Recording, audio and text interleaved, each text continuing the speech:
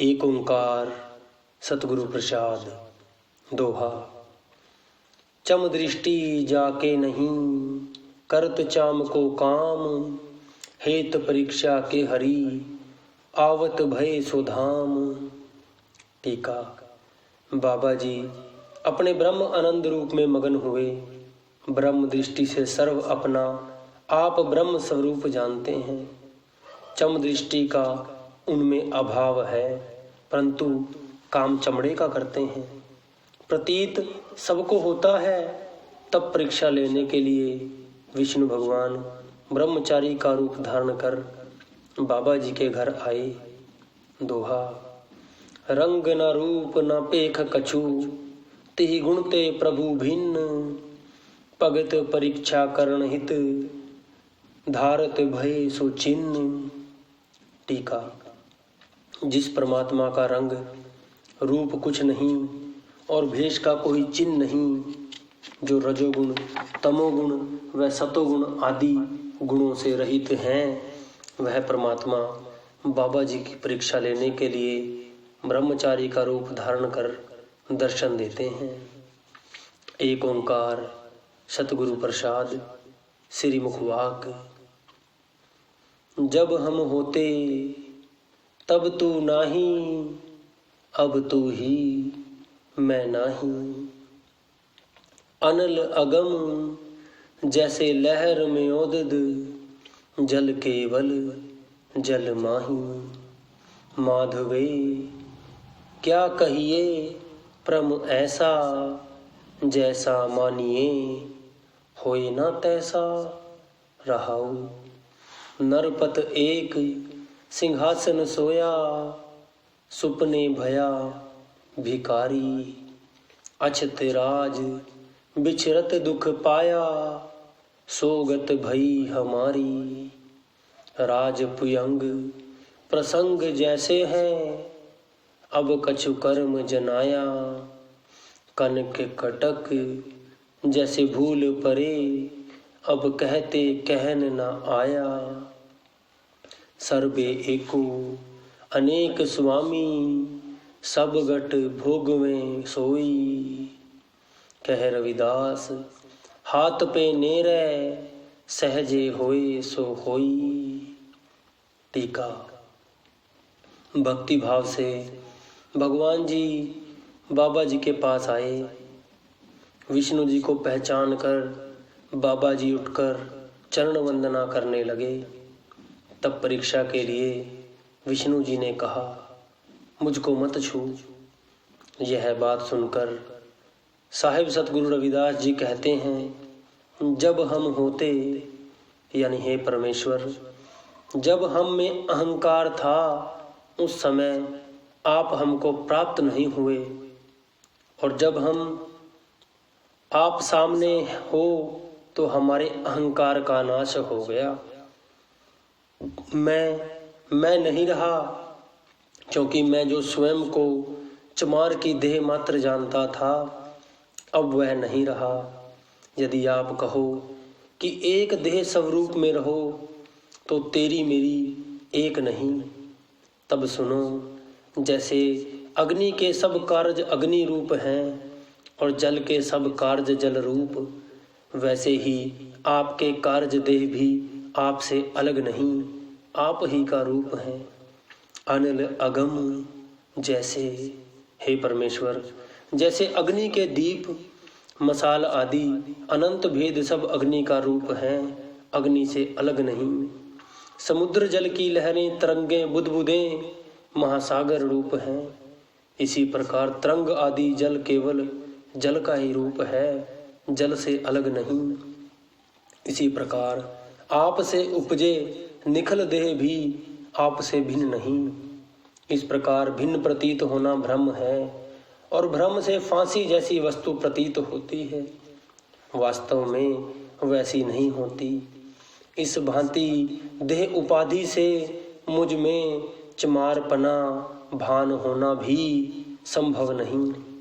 इसलिए कहा है, माधव, हे माधव, जो आपने मुझको चमार बताया है, उसमें हम आपसे क्या तर्क करें या बुरा मानने की क्या बात है, कुछ नहीं। फिर भी इतना तो कह सकते हैं, आपने परीक्षा हेतु हमें चमार कहा है। वैसा चमारपना मुझ में भ्रम रूप है, सच नहीं, क्योंकि यही भ्रम का स्वरूप है। जैसे भ्रम को भ्रम काल में सच्चा जानिए। वस्तु के यथार्थ ज्ञान काल में पहले हुआ भ्रम वैसा नहीं होता। इसलिए यथार्थ ज्ञान काल में चमारपन भी अकिंचित नहीं बनता, और पूर्व जो हुआ वह दृष्टांत के समान है। यह पीछे की दशा सुनाता है। नरपति थी, एक राजा सिंहासन पर सोया हुआ था। सोते समय उसे स्वप्न आया कि वह भिखारी हो गया। भिखारी होकर स्वप्न में उसने अक्षत राज के नाश होने से भिखारी बनकर जैसे भ्रम के कारण दुख पाया, वैसे ही हमारी दशा है। क्योंकि हम आपसे कभी नहीं बिछड़ते थे, केवल भ्रम के कारण बिछड़े हुए हैं। किंचित भ्रम से दुख पाने में और दृष्टांत सुने गए हैं।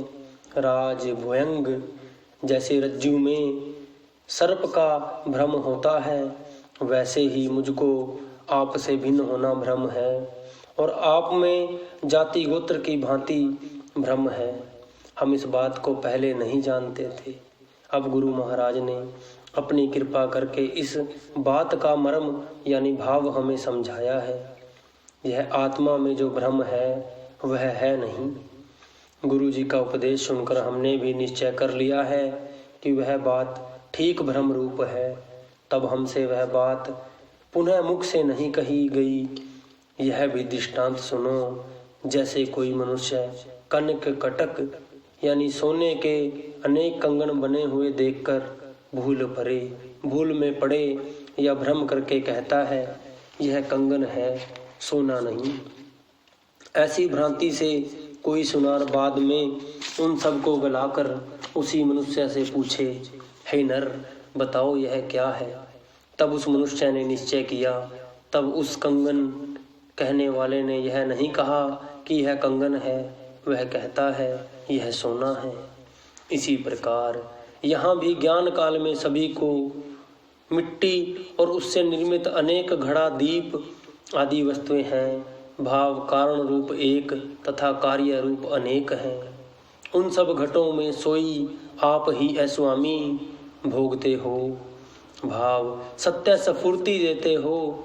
तुम सर्व सृष्टि से पूर्व एक रूप थे और अब भी सबका समान आप होने के कारण सबके समीप हो। यह कहते हुए समाप्त करते हैं।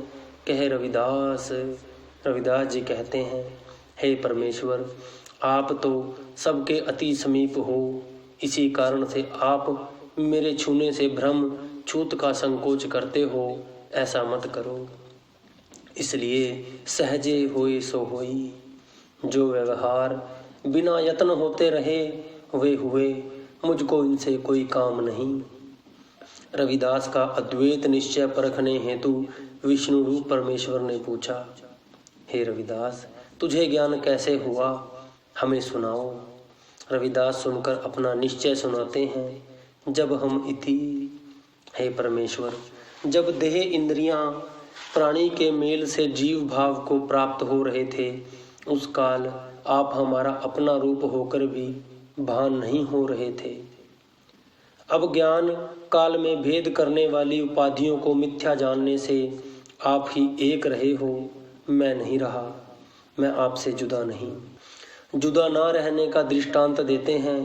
अनिल अगम यानी अग्नि के सब कार्य अग्नि रूप और जल के सब कार्य जल रूप हैं, वैसे ही आपके कार्य देही आपसे जुदा नहीं, आपका रूप है। विष्णुवाच दोहा, तुम अपने से अभेद मम समझो कर विचार, मोह फांस में डार कर जुदा कियो चमार। टीका। तब विनोद हेतु विष्णु जी बाबा जी से कहते हैं, तू विचार अर्थात ज्ञान करके मुझको अपने से अभेद समझता है। मैंने तुझको मोह की फांस में डालकर जुदा किया है। तब बाबा जी कहते हैं, एक ओंकार सतगुरु प्रसाद। श्री मुखवाक राग सोरठ। जब हम बांधे मोह फांस, हम प्रेम बंधन तुम बांधे। अपने छूटन को जतन करो, हम छूटे तुम आराधे।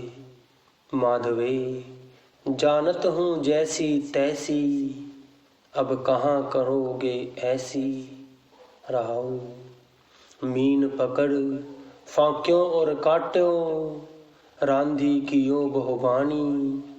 खंड खंड कर भोजन कीनो, तो न बिसरियो पानी।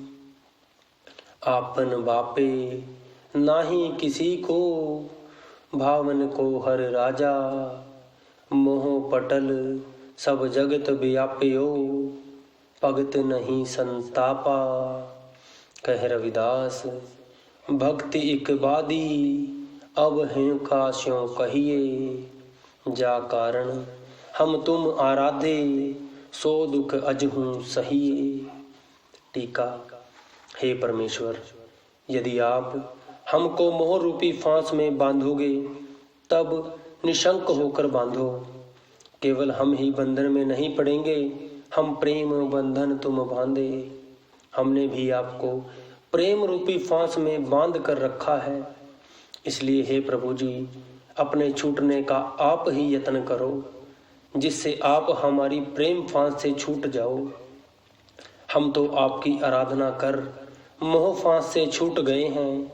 भाव यह है कि हमने तो अपने चित्त में आपका प्रेम धारण कर मोह फांस से छुड़ा लिया है। आप भक्तों के प्यारे होने के कारण कभी हमारी फांस से नहीं छूटोगे। यह बात चित्त में धारण कर अपनी प्रेम फांस से दूर ना होने की सूचना करते हो।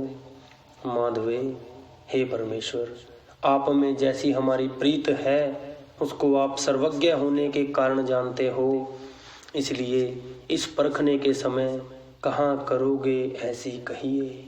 आप क्या करोगे? क्या हमारी प्रीत को खत्म कर दोगे? भाव यह है, खो नहीं सकोगे। जैसे जल की प्रेमी मछली को मछुआरे ने पकड़कर फाड़ कर काटा, बहुत छोटा छोटा किया, रीधना किया, उसको बहुत सारे मसाले लगाकर रांध कर सूखा गीला नाना प्रकार के व्यंजन बनाए, तो दांतों तले चबा चबा कर उसका भोजन किया। इतना कष्ट देने पर भी मछली खाने वाले को अधिक प्यास लगाने से मानो मछली को पानी नहीं भूला। वही दशा हमारी है। इस कारण से आप हमारी प्रेम रूपी फांस से कभी नहीं छूट सकोगे। यदि हमारे प्रेम की परीक्षा लेने हेतु आप कहो कि हम तो उत्तम वर्ण के लोगों की प्रीति में फंसे हैं, तेरे जैसे हीन वर्ण के लोगों की प्रीति में नहीं फंसे, तब इसका उत्तर सुनो। आपन बापे नहीं किसी को। हे परमेश्वर, आप किसी पुरुष के बाप के नहीं जने। भाव यह है, आप किसी की व्यक्तिगत संपत्ति नहीं, आप तो प्रेम और प्यार के भूखे हो। मोह पटल सब जगत व्याप्यो, यानी मोह का पर्दा सारे जीवों पर पड़ा है, परंतु आपकी प्रीत वाले भक्तों को आपका संताप नहीं है। इस प्रकार हमको उस फांस में बांध कर कैसे जुदा कर सकोगे? यह कहते हुए समाप्त करते हैं। हे परमेश्वर, जब तेरी प्रेम भक्ति हमारे चित्त में अत्यंत बढ़ गई है, तब फिर यह मोह हमको किस निमित्त से कह सकते हो? भाव किसी निमित्त से नहीं कह सकते। रविदास जी कहते हैं, हे परमेश्वर, जिस मोह फांस की निवृत्ति हेतु हमने गुरु जी से उपदेश लेकर आपका चिंतन किया, सो मोह रूपी फांस का दुख हम आपसे जुदा होकर अब भी सहार रहे हैं। भाव यह है कि दुख अब आगे नहीं सहा जाता, इसलिए मोह फांस में बांधने का नाम मत लो, शीघ्र ही निवृत्ति यानी मुक्ति करो। दोहा। ऐसे अनुभव सुनत ही भय हरि प्रसन्न, भुजा पकड़ कंठ मिले, तुम नहीं हम सो भिन्न। टीका। तब बाबा रविदास जी का ऐसा अनुभव सुनकर परमात्मा अति प्रसन्न हुए। तब बाबा जी की भुजा पकड़कर गले से लगाकर कहते हैं, हे रविदास, रंच मात्र भी तेरे मेरे में भेद नहीं, तू प्रकाश स्वरूप है। इति श्री रविदास दीप भक्ति ज्ञान योग महामोक्ष कारण वैराग्य भक्ति ज्ञान मिश्रित कांड नाम चतुर्विंशति अध्याय। जो बोले सो निरपै। संत शिरोमणि श्री रविदास महाराज की जय।